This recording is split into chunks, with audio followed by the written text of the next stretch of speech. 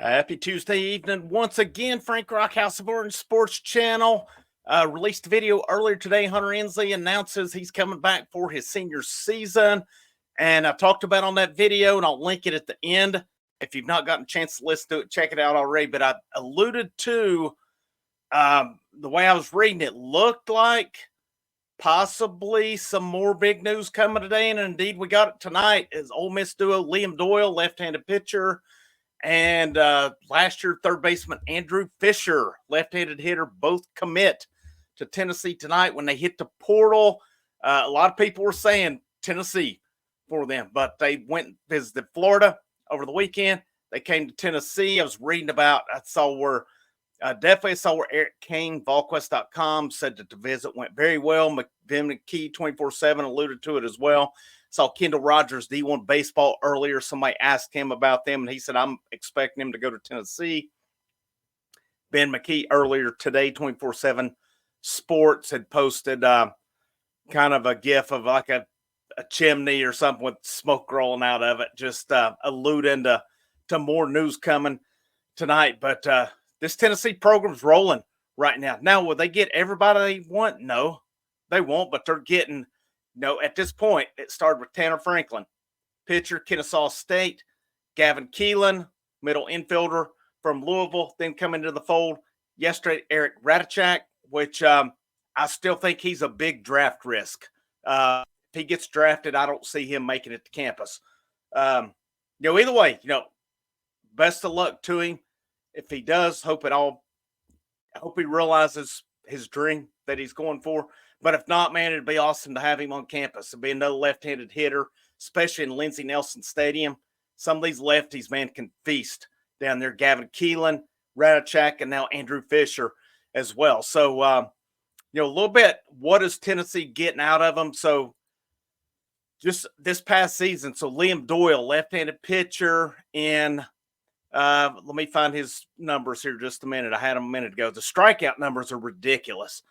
72 strikeouts, 45 and a third innings. He did have a 6.35 ERA, said he allowed 18 walks, 42 hits, allowed 10 home runs. So if there's a concern, obviously the ERA is very high, but the home runs are high as well.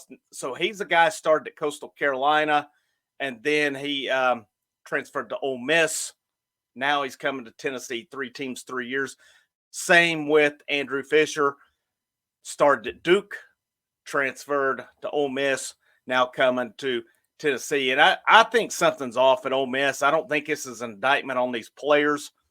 I just don't think the Ole Miss program is hitting on all cylinders right now. I think something's off down there. But for Fisher, again, left-handed hitter with power.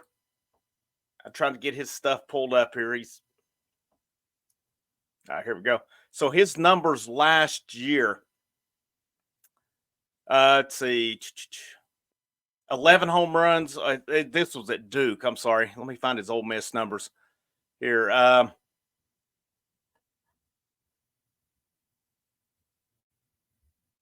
right, he had 59 hits, 57 RBIs, 20 home runs. Okay, there we go.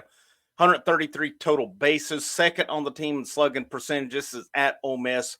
47 runs, scored 35 walks, and said he was just the fourth Ole Miss Rebel in program history to hit 20 home runs in a season. He played third base for Ole Miss. Now, I'm curious to see where he ends up, though, because one of the things I've read about him is the defense is a little shaky. Kind of reminds you of a guy who played third base this past year, though, when he come in. Billy Amick talked about defense a little shaky. So that infield battle is going to be something else in the fall with Dean Curley returning. You're going to factor in Ariel Antigua. You're getting Gavin Keelan. You're getting Andrew Fisher in. If Radachak makes it to campus, you're going to have Dalton Bargo somewhere in there. Depending on how many of these freshmen middle infielders make it to campus, these guys that are rated as shortstops, of course, the good thing about them, they're good enough athletes. They can move around to different positions. This team reloads. They don't rebuild, they reload. If they've got the guy visiting from San Diego, was Ison, I think it is, talked about him earlier today on it. He was a starter last year, 3.07 ERA, strikeout number, I think, was 85 strikeouts, 82 innings. Had a 6-2 record for San Diego last year. He has been pitching for Team USA. Now he is visiting multiple big programs, so it's no guarantee. It's the same with Cade Fisher from Florida, who's visited multiple programs. From what I saw on him, he went from Tennessee to Wake Forest. And I think it was Ben McKee, 24/7, said that from what he's hearing, Wake Forest leads. So Cade Fisher's bought into all the pitching lab BS that they're feeding over at Wake Forest. Those guys they're overrated. We saw it this past year. We see it when they get to the Major League Draft as well. The Braves have taken a couple of them and they shipped them out within a couple years. And I don't know if they're still in the majors. So that pitching lab, I mean, yeah, it's a good program at Wake Forest. That pitching lab's overrated. It is what it is. It's been proven time and time again now at this point that it is overrated.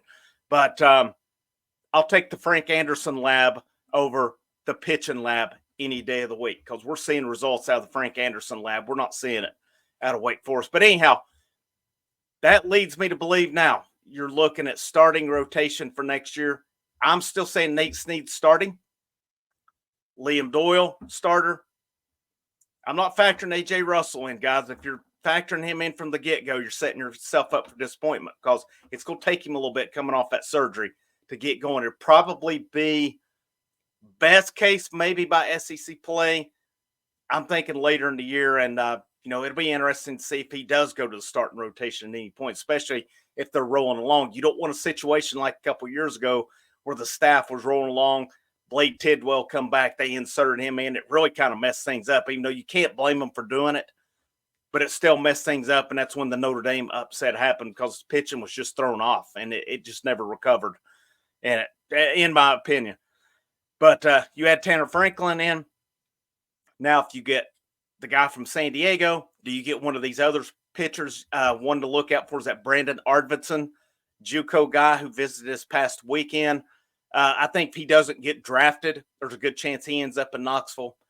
They got about 5 JUCO guys coming in. In baseball, you're bringing those guys in ready to contribute. So anybody that's saying this team's not going to be in Omaha next year, you better not count your chickens before they hatch because this is going to be, with Hunter Inslee announcing he's coming back today, really surprised me that he announces before the draft. I can understand, after the draft, but so I don't know what kind of feedback he's gotten. I don't know if he just decided, hey, I want to play one more year on it or not. I'm sure he's getting feedback on where he would be drafted. I think the only other one really worth watching is AJ Causey, what comes with him. But, we'll see on. I still think Causey gets drafted, but he would be one I would put at a lower percentage. The rest of these guys that I've talked about numerous times, they are gone. We know that for sure. But adding Fisher, you add another power hitter to the lineup. This lineup's going to be good again next year. Let's make no mistake about it. Will it be as good as this year's? I don't think that's realistic.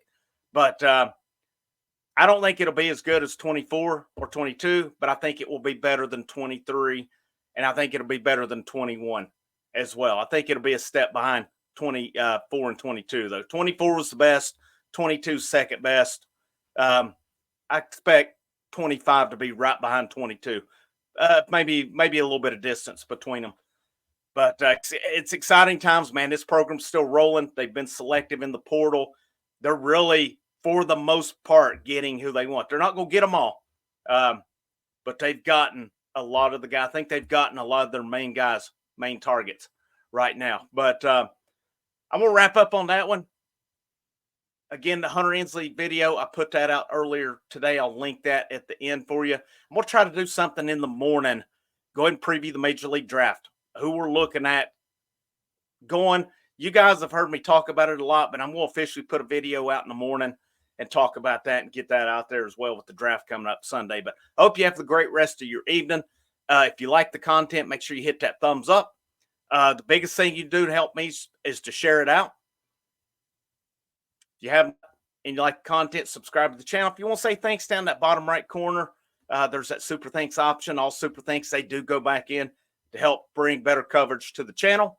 And, as always, guys, I'll see you when I see you. Have a great rest of your evening. Last but most certainly not least, go Vols.